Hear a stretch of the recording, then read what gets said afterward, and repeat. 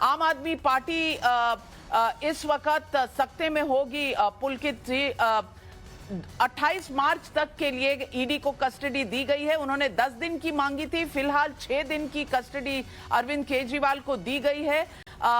इस वक्त क्या रणनीति होगी आम आदमी पार्टी की और उनके केजरीवाल के तमाम वकीलों की? देखिए, सबसे पहली कोशिश ये होगी कि वो किसी भी तरीके से जो अपना स्लोगन देते आए कि सरकार जेल से चलेगी, उस पर कैसे कायम रहते हैं, क्या क्या पॉइंट्स होंगे जिनके आधार पर ये चला सकते हैं, इस पर फोकस किया जाएगा। दूसरा सबसे बड़ी बात, अभी थोड़ी देर पहले मेरी कोर्ट रूम में अरविंद केजरीवाल से मुलाकात हुई थी, तो कल से लेकर अभी तक ईडी ने कोई पूछताछ नहीं की है, लेकिन अब कल सुबह से ईडी की पूछताछ शुरू होगी। तो उसमें जितने भी पॉइंट अभी तक आए हैं, चाहे वो पैसे को लेकर हो कि 300 करोड़ का जिक्र आज कोर्ट के अंदर हुआ, फोन को लेकर हो, या फिर अरविंद केजरीवाल की व्हाट्सएप कॉल को लेकर हो, वो तमाम सबूत अरविंद केजरीवाल से पूछे जाएंगे, पूछे जाएंगे और सबूत जुटाने की कोशिश ईडी द्वारा होगी। तो आने वाले 7 दिन अरविंद केजरीवाल के लिए थोड़े मुश्किल भरे रह सकते हैं। उसकी वजह भी साफ है कि अभी तक बहुत सारे सबूतों का जिक्र ईडी करती रही है और अब उन्हें जुटाने की बात की जाएगी। ईडी ने जितने भी आरोप आज कोर्ट के अंदर लगाए, उन्हें अरविंद केजरीवाल से उन्हें सवालों के तौर पर पूछा जाएगा। पुलकित जी, मैं आपसे साफ तौर पर पूछना चाहती हूं, आप जब कोर्ट रूम के अंदर थे, आपकी अरविंद केजरीवाल से कोई बात हुई? उन्होंने आपसे क्या कहा?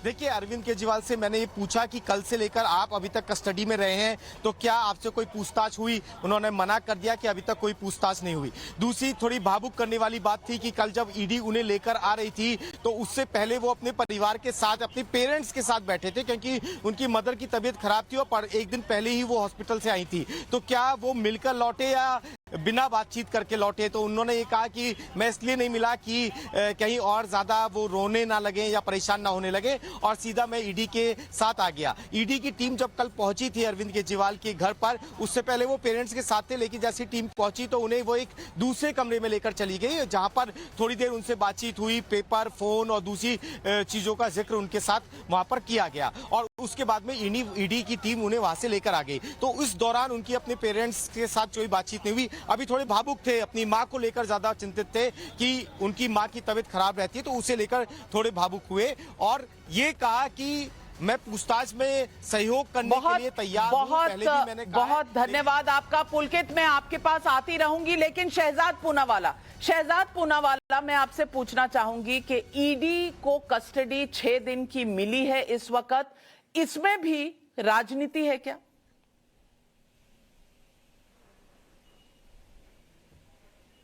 मैं तो सबसे पहले कहूंगा सत्यमेव जयते। देखिए, स्वराज से शराब तक और अन्ना से लालू तक की जो यात्रा है, अब उसका ठिकाना कहां अंत में आया है वो आप देख लीजिए। अभी दलीलें दी गई तहसीन के द्वारा कि ईडी के पास कोई सबूत नहीं, तो जज ने अपना काम ठीक से नहीं किया।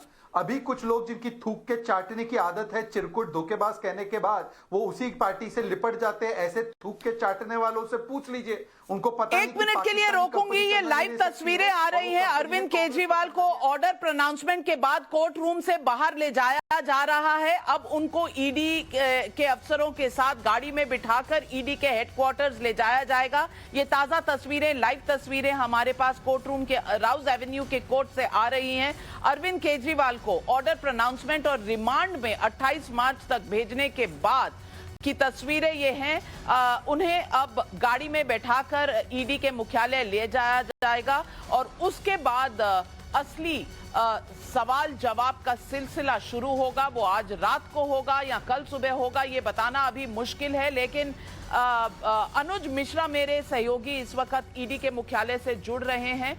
अनुज, इस वक्त अरविंद केजरीवाल को ले जाया जा रहा है, वहां पर क्या रणनीति रहेगी?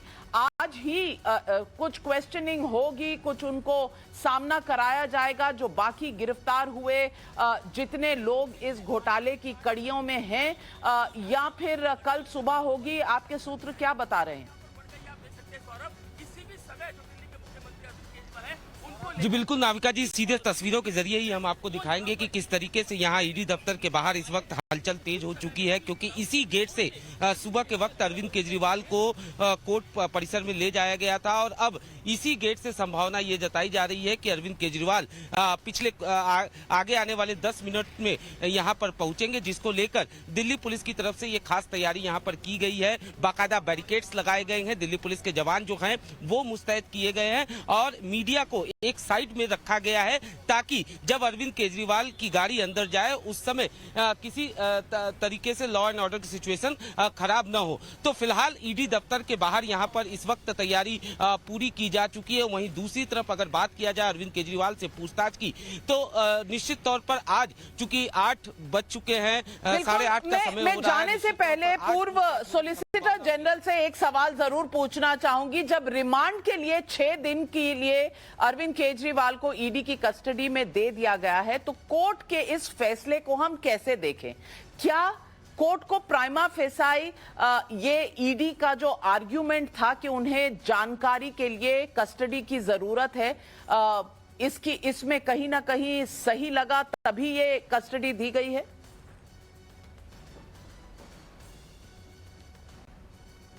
जी, मैं नाविका बिल्कुल सही कह रही हैं आप, क्योंकि जब दलीलें होती हैं कि किस लिए आपको रिमांड चाहिए, आप अपनी कस्टडी में लेके क्या चाहते हैं, तो जब ये दलील होती है कि मुझे कस्टडी में लेके इनको डॉक्यूमेंट्स कन्फ्रंट कराने हैं या किसी और को अक्यूज से कन्फ्रंट कराना है, हमें इनसे सवाल जवाब करना है, सवाल जवाब करके इनसे समझना है और इस तहकीकात के तह तक पहुंचना है कि कहां तक क्या हुई थी, बिकॉज पूरी तहकीकात के बाद ही चार्जशीट फाइल होती है।